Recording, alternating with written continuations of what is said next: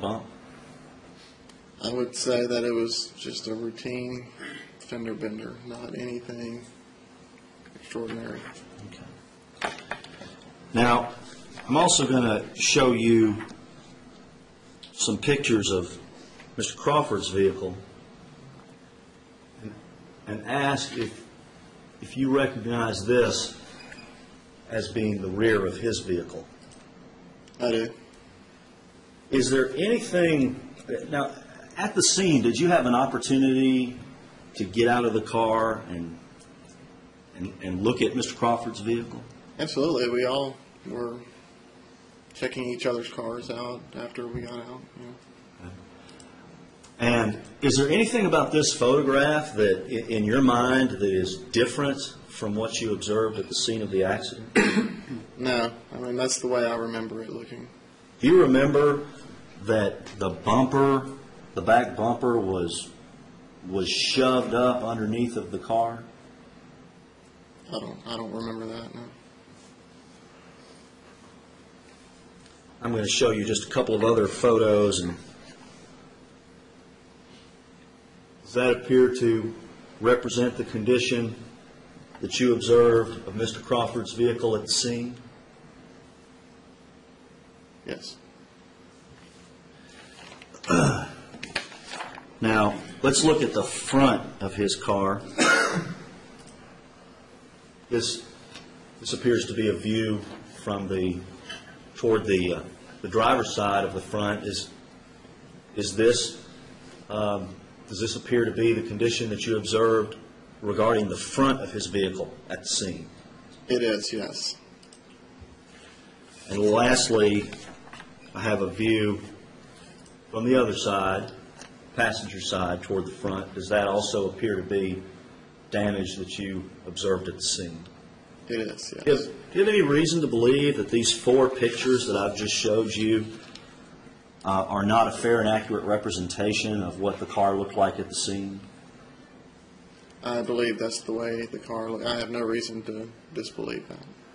Your Honor, I'll move these four in as a collective exhibit. Objection? No objection. They'll be marked as number 29.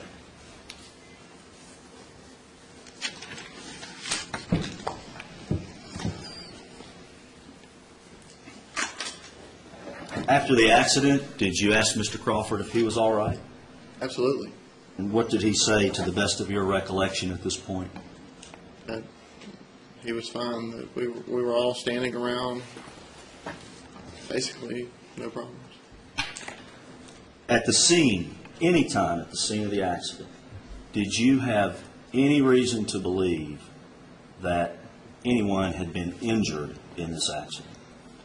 No. No further questions. Cross? Briefly. Mr. Gilmore, do you have that picture of his vehicle? You need the exhibit or you have one? I was wondering if there was an exhibit of Mr. Mitchell's vehicle that was already made or marked.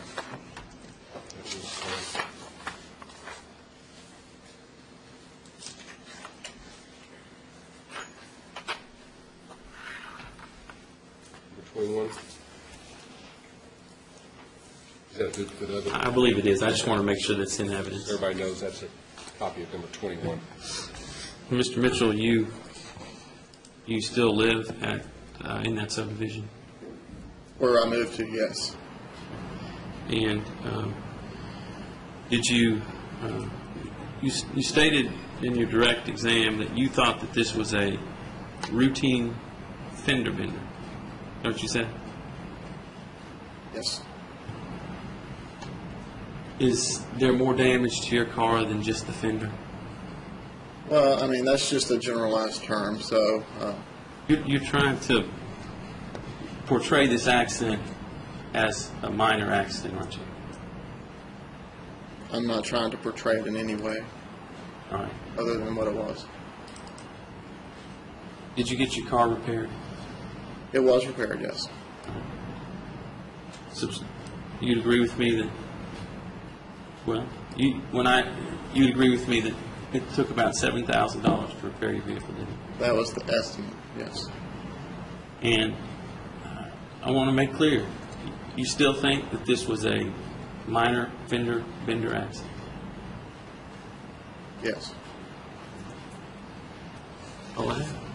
No questions. Thank you, sir. You may step down. The next witness. Dr. Dick Duval. Yes.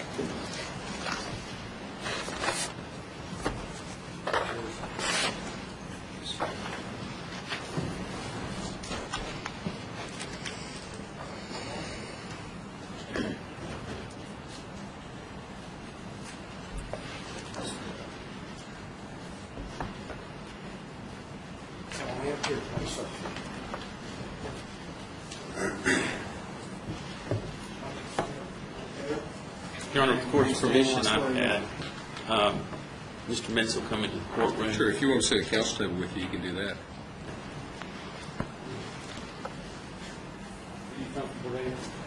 Raise your right hand, place your left hand on the Bible.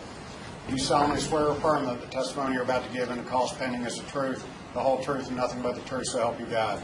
I do. Thank you, sir. Would you tell the jury your full name, please, sir? Richard Duval. And are you properly addressed as Dr. Duval? Yes, Because you have a Ph.D.? that's correct. Where's your Ph.D. from? University of North Carolina. Have you taught at any other universities? I've taught at Duke, University of Michigan, University of Texas, University of Tennessee as full-time faculty. And I guess I need to ask you, what is your Ph.D. in? It's in economics. And what subjects have you taught at Duke, Michigan, Texas, and Tennessee? I've taught economics, statistics, and finance. What is the highest post that you held at UT? I was the head of the Department of Finance.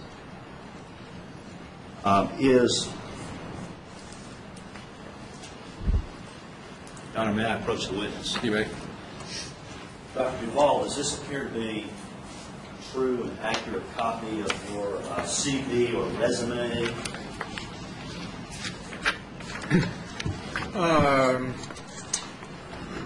I have given an affidavit in January for one additional case.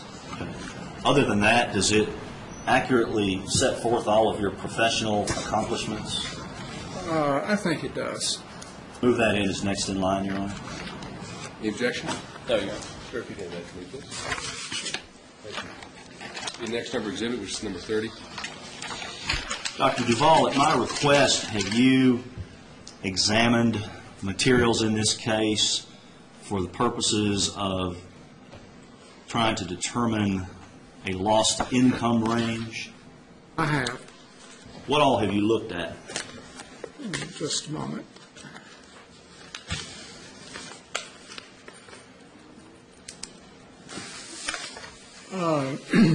I looked at the income tax returns for TRS Incorporated for 2000 through 2003, Mr. Menzel's report and work papers, Mr. Menzel's deposition, a book called The Dollar Value of a Day, 1999 dollar valuation, published by Expectancy Data, the November and December 2004 bank statements for Ted Crawford doing business as TRS Incorporated, Dr. Howell's deposition, the Federal Reserve website, the Bureau of Labor Statistics website, Mr. Crawford's deposition, and Risk Management Associates publication called Annual Statement Studies for 2004 and 5. Now, to move this along, I want to ask you about a table and ask you if this is an excerpt of a report that you rendered in this case? It is. Does this table represent your opinion about what 1 to 6 months off work would be worth to Mr. Crawford following the accident of October the 25th of 2002? It does. And what is that based on? Take us through this table, if you would. Okay. The earnings figures in the third column are the average monthly earnings that Mr. Crawford earned or took from his business during the years 2000, 2001, and 2002 modified. In 2002, he took $20,000 out of his business. Mr. Menzel identified an additional $31,700 that he collected after the accident for work that he had done before the accident, that he put into his bank account. And so adding that $31,700 to the $20,700, you get $52,400 that he earned in 2002 before the accident. Okay. Now, I want to stop you right there, and I want to focus on this column here. Right. The $55.36 per month Right. is what? It's the average monthly earnings that Mr. Crawford took out of his business for the 3 years, 2000, 2001, and 2002, including what he collected after the accident for work done before the accident. Okay. Now, we have previously seen in this case Mr. Crawford's tax returns is for 2000, 2001, 2002. Is that what you looked at in arriving at this 5536? That's correct. And we have also seen in this case that there's something called the Form K-1. Yes. And we've seen that line 20 of that form has the cash distributions to Mr. Crawford for each year. Right. Is that the number that you used to get the 5536? That number off of those 3 tax returns plus the $31,000 in collections after the accident.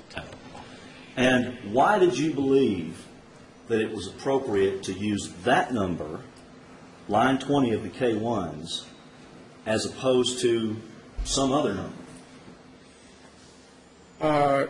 Because that was the number that Mr. Crawford actually took home while he was actively engaged in the business. And so that seemed like to be his appropriate income, because that's what he was taking out of the business. And when we say take home, what he took home, some people might think that that's after taxes. Was that what he took home after taxes or before taxes? Before taxes. You're not deducting anything out for income taxes. That's correct. Okay. So if I wanted to see what, based on his tax returns, what 1 month off of work was, then would that be this 5919?